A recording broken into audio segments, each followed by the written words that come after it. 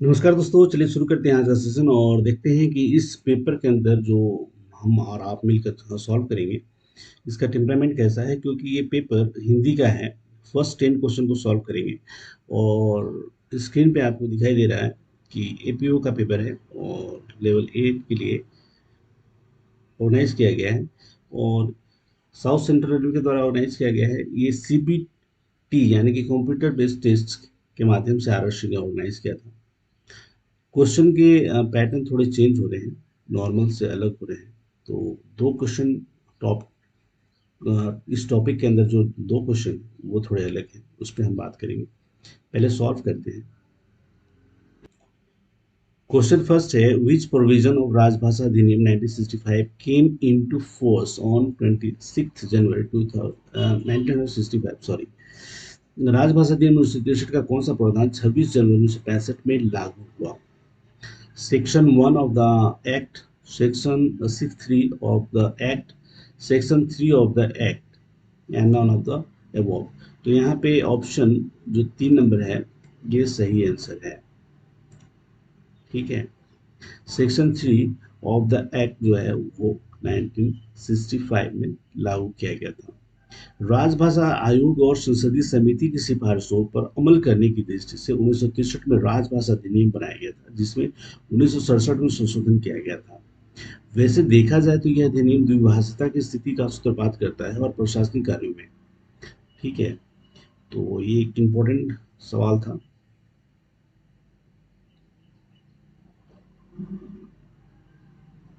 Question number 2 है, which provision requires reply to Hindi letters to be made in Hindi by central government offices. किस प्रावधान के तहत हिंदी भाषा में प्राप्त उत्तर पत्र का उत्तर केंद्रीय सरकार के दफ्तर यानी कि कार्यालय द्वारा हिंदी में देना है? तो ऑप्शन ए है rule 5 of official language rule 1976, rule 5 of राजभाषा अधिनियम 1965, 3 है article 340 of the constitution and 4 none of the. तो इसके अंदर जो है ऑप्शन ए जो है ना, यही सही आंसर होगा क्योंकि नियम 5(5) के तहत जो है वो आ, हिंदी में प्राप्त पत्रों का उत्तर हिंदी में देना अनिवार्य कर दिया गया था। ठीक है, राजभाषा अधिनियम 1976। ठीक है, चलिए क्वेश्चन नंबर 3 है, as per which article of the constitution Hindi is given the status of राजभाषा ऑफ द कंट्री। संविधान के किस अनुच्छेद यानी आर्टिकल के अनुसार हिंदी को देश की राजभाषा माना जाता है? Article 341, article 343, article 343(1), article 343(3)। तो यहाँ पे ऑप्शन 3 नंबर जो है ये सही होगा। आर्टिकल 343(1) में यह व्यवस्था है कि संघ की राजभाषा हिंदी और लिपि यानी कि स्क्रिप्ट देवनागरी में होगी और संघ के शासकीय प्रयोजनों के लिए प्रयुक्त होने वाले अंकों का रूप भारतीय अंकों का अंतर्राष्ट्रीय रूप होगा। ठीक है, आर्टिकल 343 के अंदर ये व्यवस्था है कि संसद को यह अधिकार दिया गया है कि वो अधिनियम पारित करके 26 जनवरी 1965 के बाद भी सरकारी कामकाज में अंग्रेजी का प्रयोग जारी रखने के बारे में व्यवस्था कर सके। तदनुसार राजभाषा अधिनियम 1963 को पारित किया गया था। अब आर्टिकल 341 जो है वो special representation in service for SC/ST से रिलेटेड है। ठीक है, तो यहाँ पे आप ये समझ सकते हैं कि आर्टिकल 343 से लेके जो है 351 तक ही हमारे राजभाषा से रिलेटेड है। तो ये क्वेश्चन का ऑप्शन 1 को एलिमिनेट आप कर सकते हैं और बाकी को देख सकते हैं। चलिए क्वेश्चन नंबर 4 है, who precedes over the meeting of central Hindi समिति। केंद्रीय समिति की बैठक की अध्यक्षता कौन करता है? तो केंद्रीय हिंदी समिति की बैठक की अध्यक्षता प्रधानमंत्री करते हैं। ये काफ़ी रिपीटेड क्वेश्चन है और मैं इस पे फोकस करूंगा कि इसको आप ओवल को जब रंग कलर करें तो काफ़ी सावधानी के साथ करें क्योंकि ये CBT टेस्ट था तो वहाँ पे क्लिक करना इम्पोर्टेंट है, तो वो करें। देखिए, केंद्रीय हिंदी समिति के जो अध्यक्ष होते हैं वो माननीय प्रधानमंत्री होते हैं। यहाँ पे एक और सवाल बन सकता है कि हिंदी सलाहकार समिति जो होती है ना, हर मंत्रालय में होती है, तो उसके अध्यक्षता कौन करता है? तो हिंदी सलाहकार समिति का जैसे रेलवे में है, तो ये रेल मंत्री करेंगे। ठीक है, तो ये दो इम्पोर्टेंट है, हिंदी केंद्रीय हिंदी समिति और हिंदी सलाहकार समिति। तो हिंदी सलाहकार समिति जो होती है वो हर डिपार्टमेंट के जो मिनिस्टर होंगे वो उसकी अध्यक्षता करेंगे। एक और इम्पोर्टेंट है, केंद्रीय राजभाषा कार्यान्वयन समिति की अध्यक्षता कौन करता है? तो जो राजभाषा सचिव जो होते हैं वो इसको करते हैं। ठीक है, इसके अंदर एक और भी मतलब टोटल छः पाँच पाँच छः समितियां हैं, जिसके बारे में मैं आपको रफली बता देता हूँ। नगर राजभाषा कार्यान्वयन समिति, के समिति की अध्यक्षता जो नगर के केंद्रीय सरकारी कार्यालयों के वरिष्ठतम अधिकारी होते हैं ना वो करते हैं। विभागीय राजभाषा कार्यान्वयन समिति की अध्यक्षता जो करते हैं वो अध्यक्षता संबंधित मंत्रालय या विभाग में हिंदी का कार्य देख रेख कर रहे हैं जो संयुक्त सचिव होते हैं वो करते हैं। ठीक है, इसके अलावा भी है जोनल लेवल पे और डिविजनल लेवल पे भी समितियां हैं जिनका जिक्र हम करेंगे। चलिए क्वेश्चन नंबर 5 को देखते हैं। Who is not eligible for consider for राजभाषा गौरव पुरस्कार? राजभाषा गौरव पुरस्कार किनको नहीं दिया जाता है? सिटीजन ऑफ इंडिया, तो ये बिल्कुल सही होगा क्योंकि दिया जाता है उनको। सेंट्रल गवर्नमेंट एम्प्लॉय दिया जा सकता है, दिया जाता है बल्कि। ठीक है, नंबर 3 पे है person of origin with foreign citizenship, ये शायद नहीं होगा। ऑप्शन 4 है रिटायर्ड सेंट्रल गवर्नमेंट एम्प्लॉय, तो ये जो है ये एक से एक दो और चार तो होंगे, तीन नहीं होगा। ठीक है, ये आपकी स्क्रीन पे राजभाषा गौरव अवार्ड स्कीम जो है उसकी ओरिजिनल बुक राइटिंग पे जो दिया जाता है उसकी नोटिफिकेशन जो है 19 जनवरी 2022 को की गई थी। अब विडंबना देखिए इस देश का कि राजभाषा गौरव पुरस्कार हिंदी के लिए दिया जाना है और हिंदी के बदले इसको नोटिफाइड किया गया है अंग्रेजी के अंदर। ठीक है, तो हमारा क्रिटिसिज्म नहीं है, बल्कि अ, जब हम काम करते हैं तो बाइलिंगुअल करना है, नो डाउट, पर ये इसके अंदर है। और ऑथर क्या क्या हो सकते हैं देखिए, सब दिखा है, वर्किंग और रिटायर्ड ऑफिसर एम्प्लॉय जो भी है, तो ये सारी चीज हो गए। खाली एक जो ओरिजिन वाला मामला है वो इसके अंदर है। और ये देखिए अवार्ड जो है वो 1 लाख रुपए का है और मोमेंटो दिया जाएगा। फर्स्ट में 75,000 का अवार्ड है और सर्टिफिकेट है सेकंड प्राइज के लिए। थर्ड जो है वो 60,000 रुपीज का है। ठीक है, इसके अलावा Rajbhasha Gaurav award for original writing in Hindi और ज्ञान विज्ञान फॉर सिटीजन ऑफ इंडिया। ठीक है, तो ये है, इसके लिए भी 2 लाख रुपए हैं, 1.25 लाख रुपए हैं और 75,000। कुछ का टर्म एंड कंडीशन है जिसको आप देख सकते हैं अपने स्क्रीन पे।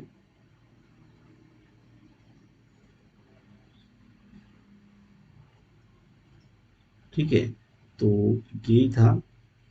इसके लिए प्रोफोमा है, अगर आपने कुछ राइटिंग किया है तो राजभाषा गौरव पुरस्कार के लिए भी ये कर सकते हैं।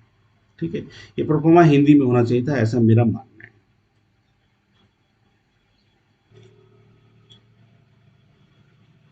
ठीक है, चलिए क्वेश्चन नंबर 6 है, एज पर राजभाषा which Indian territory does not come under region B? राजभाषा के अनुसार ख क्षेत्र में कौन सा संघ राज्य नहीं आता है?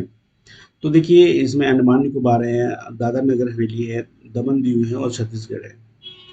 तो बी में जो नहीं आने वाले हैं, छत्तीसगढ़ नहीं, सॉरी, चंडीगढ़ है ये। तो उस हिसाब से ऑप्शन जो हमारा ये होगा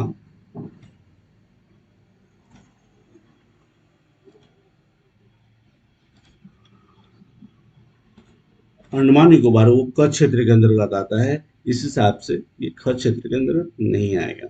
ठीक है, चलिए, क्वेश्चन नंबर 7 है, as per rule 12 of the official language act 1976, who is responsible for implementation of official language policies in the office. राजभाषा नियम 1976 के नियम 12 के अनुसार किसी कार्यालय में राजभाषा अधिनियम और नियमों को लागू करने की जिम्मेदारी किसकी है? ठीक है, ऑप्शन है राजभाषा अधिकारी, बी है हेड ऑफ द डिपार्टमेंट, सी है डिपार्टमेंट हेड, और नंबर 4 पे है राजभाषा अधिकारी ऑफ द कंसर्न मिनिस्ट्री। तो नियम 12 में कहा गया है कि प्रत्येक कार्यालय के प्रशासनिक प्रधान, ठीक है, प्रशासनिक प्रधान का यह उत्तरदायित्व होगा कि वह यह सुनिश्चित करे कि राजभाषा अधिनियम और नियमों का समुचित रूप से अनुपालन किया जाता है तथा उसके अनुपालन के लिए प्रभावी जांच बिंदु बनाएंगे। ठीक है, तो यहाँ पे प्रशासनिक प्रधान यानी कि ऑप्शन बी जो होगा वो आपका आंसर होना चाहिए। ठीक है, इसी कड़ी में राजभाषा नियम 1976 के कुछ इम्पोर्टेंट हैं जो आते रहते हैं। उसके अंदर है कि नियम जो 5 है, हिंदी में प्राप्त पत्र आदि के उत्तर हिंदी में ही दिए जाएंगे, ये काफ़ी इम्पोर्टेंट है। दूसरा ये है कि इनका संशोधन कब कब किया गया है, तो 1987 में भी किया गया है और 2007 में भी किया गया है। इसके अलावा ये भी पूछा जाता है कि किस नियम के तहत भारत को 3 क्षेत्रों में बांटा गया है। तो राजभाषा नियम 1976 की अनुपालना की दृष्टि से ही भारत को 3 क्षेत्रों में बांटा गया है, जैसे कि क क्षेत्र के अंदर बिहार, झारखंड, उत्तर प्रदेश, उत्तरांचल, मध्य प्रदेश, छत्तीसगढ़, हिमाचल प्रदेश, राजस्थान, दिल्ली, अंडमान निकोबार द्वीप समूह शामिल है। ठीक है, और बी रीजन यानी कि ख क्षेत्र के अंतर्गत है गुजरात, महाराष्ट्र, पंजाब, चंडीगढ़, दमन दीव, दादरा नगर हवेली। ठीक है, और इन दोनों के अंदर जो नहीं आते हैं वो ग क्षेत्र के अंतर्गत है। ठीक है, तो ये इम्पोर्टेंट है और इसके बारे में बातचीत की जानी चाहिए। नियम 7 में भी कहा गया है कि कोई कर्मचारी जो एप्लीकेशन या अपील या आवेदन हिंदी या अंग्रेजी में कर सकता है, उससे ये नहीं कहा जा सकता है कि हिंदी में ही देना है या अंग्रेजी में ही देना है। हिंदी में हस्ताक्षर किए गए अभिआवेदन का उत्तर भी हिंदी में दिया जाएगा, ये इसके अंदर नियम 7 के अंदर ही कहा गया है। नियम 7 के अंतर्गत एक और बात कही गई है, यदि कोई कर्मचारी सेवा संबंधी नियमों से संबंधित कोई आदेश, सूचना यथा स्थिति हिंदी या अंग्रेजी में चाहता है तो उसे उसी भाषा में दिया जाना चाहिए। तो जो राजभाषा नियम 1976 है ये काफ़ी इम्पोर्टेंट है और इससे संबंधित जो आर्टिकल्स हैं उनको आप जितनी बार पढ़ेंगे आपको बेनिफिट होगा। ठीक है, क्वेश्चन जो अलग है जिस बात मैंने की थी ये है क्वेश्चन नंबर 8, व्हाट इज कंठस्थ? कंठस्थ क्या है? तो कंठस्थ एक सॉफ्टवेयर है, ये ट्रांसलेशन और इसके लिए, तो ये मेरे ख्याल से ऑप्शन सी होगा। ठीक है, हाँ, सी होगा क्योंकि ट्रांसलेशन से रिलेटेड एक टूल है जिसका जिक्र किया जा रहा है।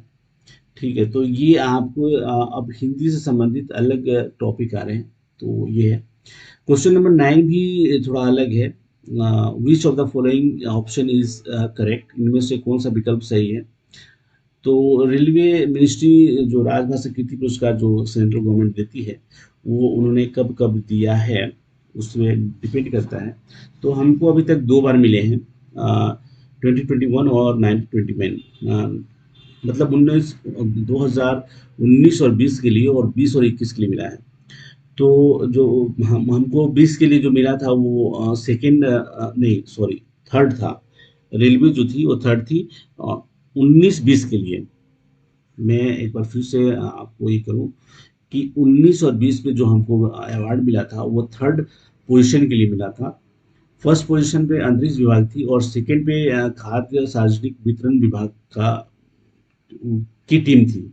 ठीक है, और 20-21 में जब हमको अवार्ड मिला था तो हम सेकंड नंबर पे थे और फर्स्ट नंबर पे कैग जो है वो बाजी मार गई थी। ठीक है, और थर्ड नंबर पे जो था कृषि सहकारिता एवं किसान कल्याण विभाग की टीम थी। तो इस हिसाब से हमारा जो ऑप्शन जो है बी वही सही आंसर होगा। और ये काफ़ी इम्पोर्टेंट सवाल है। ये आगे बहुत सारे एग्जाम में पूछे जा सकते हैं, चाहे ओएस के हों या सीनियर क्लर्क के हों या डब्ल्यू के। तो मेरे हर वीडियो किसी न किसी रूप से आपको नॉलेज एनहांस कर रहा होगा, बढ़ा रहा होगा। तो अगर आपको पसंद आए तो लाइक कीजिएगा, शेयर कीजिएगा। ठीक है, चलिए हम क्वेश्चन नंबर 10 पे आ गए हैं, जो अंतिम क्वेश्चन ये है इस वीडियो का। Which of the following is an incentive for use of Hindi in official working. कार्यालय कार्यों में हिंदी प्रयोग करने के लिए कौन सा प्रोत्साहन दिया जाता है? तो केस अवार्ड जो है वो 3000 का दिया जाता है। ठीक है। एक दो सवाल जो मैं आपको बताना चाहूँगा इस वीडियो को कंक्लूड करने से पहले, कि तकनीकी रेल विषयों पर जो हिंदी के मौलिक पुस्तक लिखने के लिए जो लाल बहादुर तकनीकी अवार्ड दिया जाता है, वो 20,000 रुपये का फर्स्ट अवार्ड है, सेकंड 10,000 का है, और जो थर्ड है वो 7,000 का है। ठीक है। तो ये लाल बहादुर शास्त्री तकनीकी मौलिक पुरस्कार योजना के तहत दिए जाने वाला अवार्ड के बारे में बात कर रहा था, 20, 10 और 7। ठीक है। इसी अवार्ड की राशि को आप मैथिली शरण गुप्त पुरस्कार, जो गजल और काव्य संग्रह के लिए दिया जाता है, 20, 10 और 7 के रूप में आप याद करेंगे। इसके साथ ही प्रेमचंद अवार्ड भी दिया जाता है हिंदी के लिए, जो कथा, कहानी, उपन्यास, नाटक और अन्य गद्य साहित्य लिखने के लिए प्रोत्साहित करने के लिए, रेल कर्मियों की जो साहित्यिक प्रतिभा अभिरुचि होती है उसको प्रोत्साहित करने के लिए दिया जाता है। फर्स्ट में वो भी है 20,000, 10,000 और 7,000। ये जो अवार्ड्स की राशि मैंने बताई है, स्पेशली ये 2022 में नोटिफाइड किए गए थे, जहां मैंने कहीं पढ़ा था, तो वो मैंने नोट डाउन किया हुआ था, तो ये आपको रिपीट कर दिया। ठीक है। तो आप बिल्कुल भी नहीं मैं एक बार फिर से कंक्लूड करने से पहले एक बार बता दूं कि जो लाल बहादुर शास्त्री तकनीकी मौलिक पुरस्कार योजना है, उसमें फर्स्ट अवार्ड जो है वो 20,000 का है, फिर सेकंड 10 और थर्ड 7,000 का। प्रेमचंद में भी यही कंडीशन है, और 35 रन गुप्त अवार्ड में भी यही है। तो चलिए नेक्स्ट वीडियो में देखते हैं, और नेक्स्ट 50 क्वेश्चन इस एपीओ के क्वेश्चन पेपर को सॉल्व करते हुए हम नेक्स्ट 50 जो क्वेश्चन होंगे वो सॉल्व करेंगे, और मिलते हैं एक नई वीडियो में। चलिए बाय।